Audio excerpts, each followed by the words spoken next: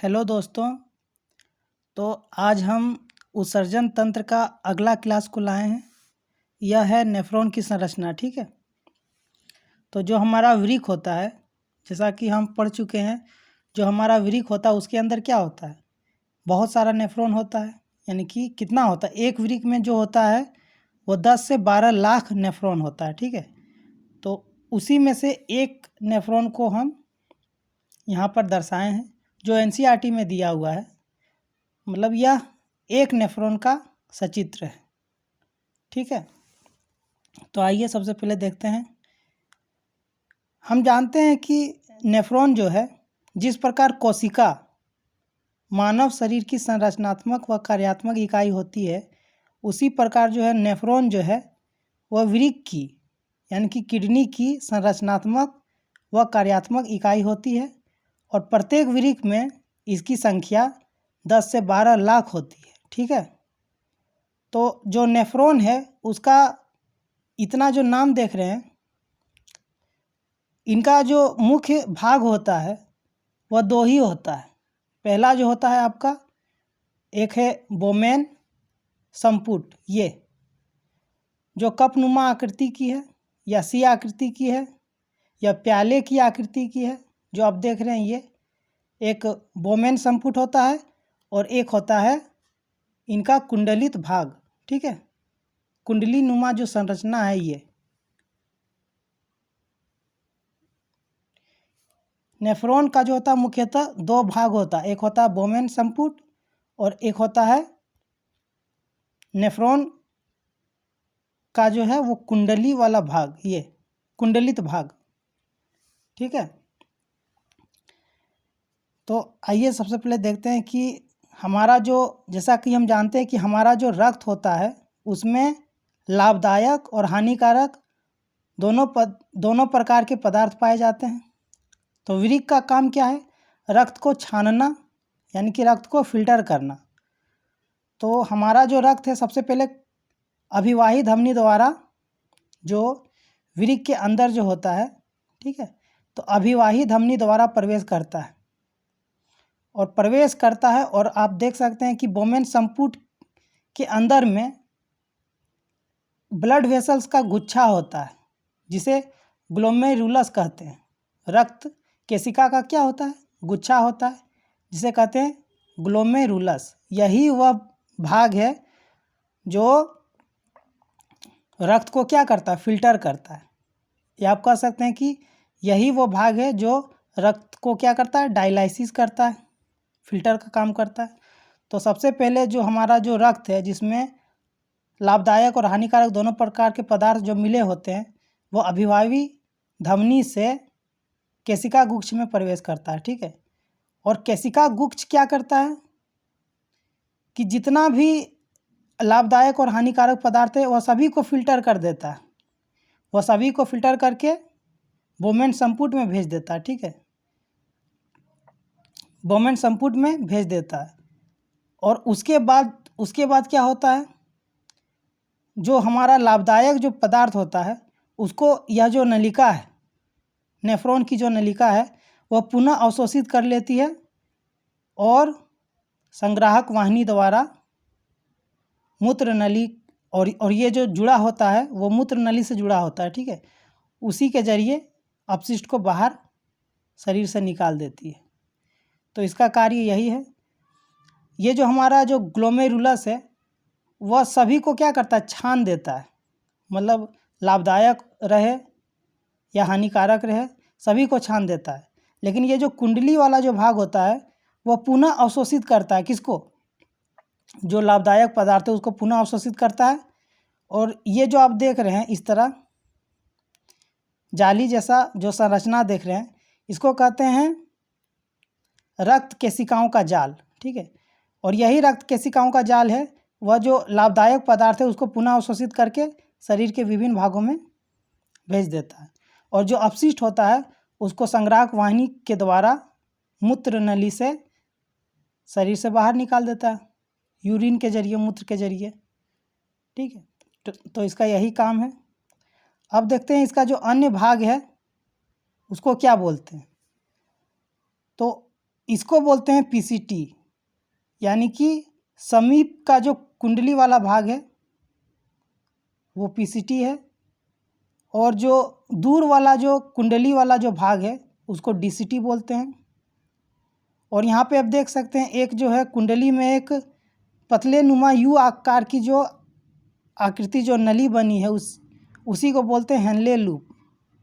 और यह जो बना है वो अवरोही चाप और आरोही चाप के मिलने से यह लूप बना है, इसको बोलते हैं हेनले लूप। ठीक है,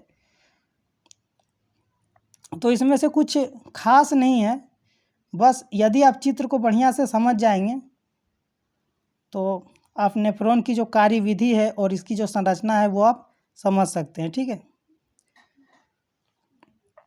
तो आइए अब जो जो लिखे हैं इसी के बेसिस पे उसे देखते हैं।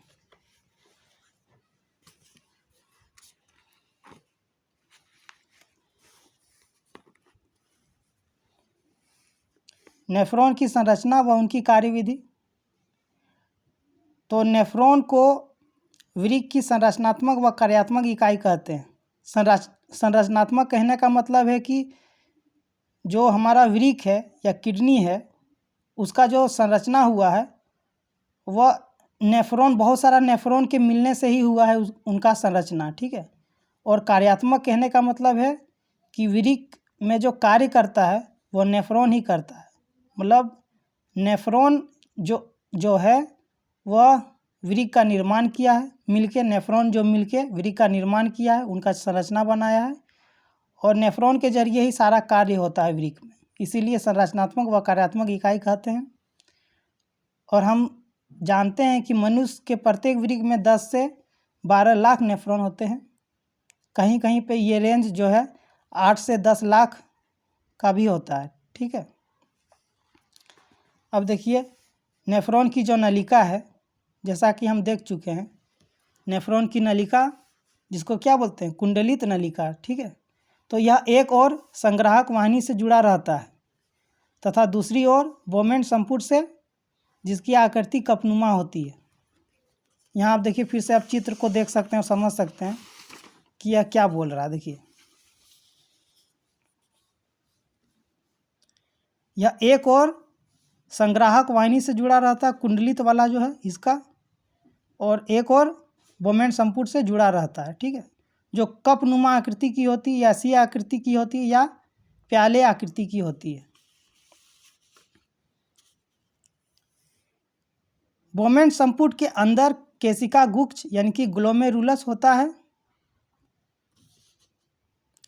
केशिका गुच्छ में यानी कि ग्लोमेरुलस में रक्त अभिवाही धमनी द्वारा प्रवेश करता है तथा अपवाही धमनी द्वारा बाहर निकलता है।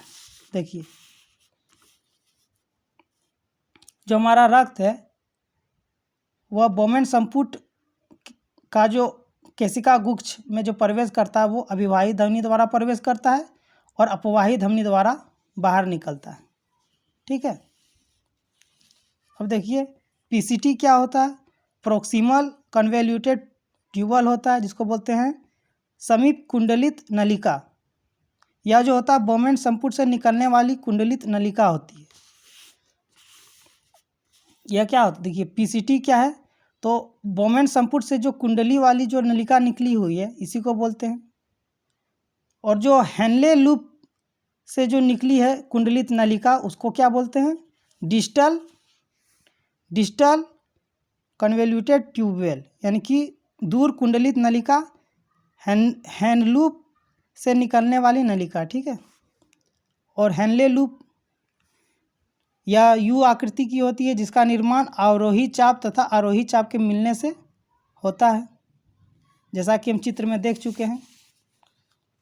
ये जो हेनले लूप है वो अवरोही चाप और आरोही चाप के मिलने से इनका निर्माण हुआ है, और यह यू आकृति की होती है।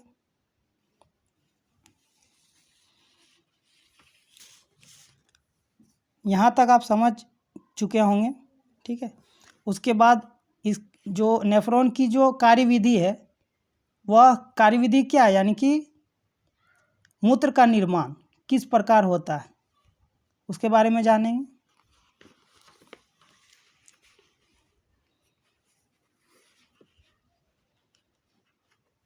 तो देखिए, मूत्र का निर्माण मुख्यतः 3 चरणों में होता है।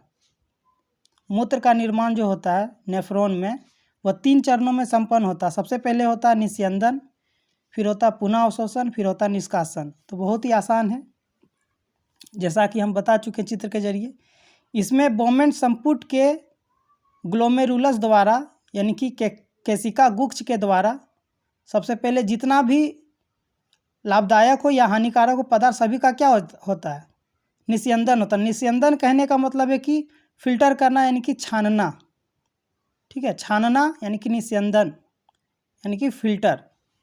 इसमें बोमेन संपुट के ग्लोमेरुलस द्वारा, बोमेन संपुट जो होता है यू आकृति, उसके अंदर में जो केशिका गुच्छ होता है यानी कि ग्लोमेरुलस, उसी के द्वारा यूरिया, यूरिक अम्ल, ग्लूकोज जो होता है वो लाभदायक होता है, और यूरिया और यूरिक अम्ल जो होता है वो हानिकारक होता है, ठीक है। तथा जल और अनेक लवण निस्यंदन द्वारा रुधिर से बाहर आता है। उसके बाद क्या होता है, जो हमारा लाभदायक होता है उसको पुनः अवशोषित कर लिया जाता है। उसके बाद क्या होता है, पुनः अवशोषण।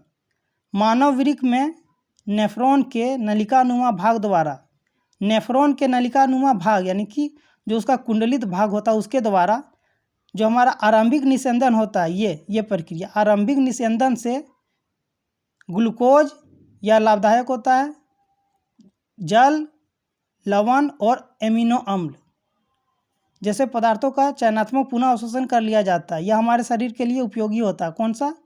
ग्लूकोज, सभी जल नहीं, कुछ मात्रा में जल, और लवण और एमिनो अम्ल जैसे पदार्थों का चयनात्मक पुनः अवशोषण कर लिया जाता है। उसके बाद क्या होता है, निष्कासन। जो हमारा अपशिष्ट पदार्थ बच जाता है उसको मूत्र के जरिए शरीर से बाहर निकाल दिया जाता है। उसके बाद क्या होता है, निष्कासन। पुनः अवशोषण के बाद अपशिष्ट पदार्थों जैसे यूरिया, यूरिक अम्ल को मूत्र के रूप में शरीर से बाहर निकाल दिया जाता है, ठीक है। तो ये जो आपका है वो यहीं तक एनसीईआरटी के अनुसार था। जो हमारा उत्सर्जन आज समाप्त हो चुका, ख़त्म हो चुका, ठीक है। तो आशा करते हैं आप समझ पाए होंगे। तब तक के लिए धन्यवाद।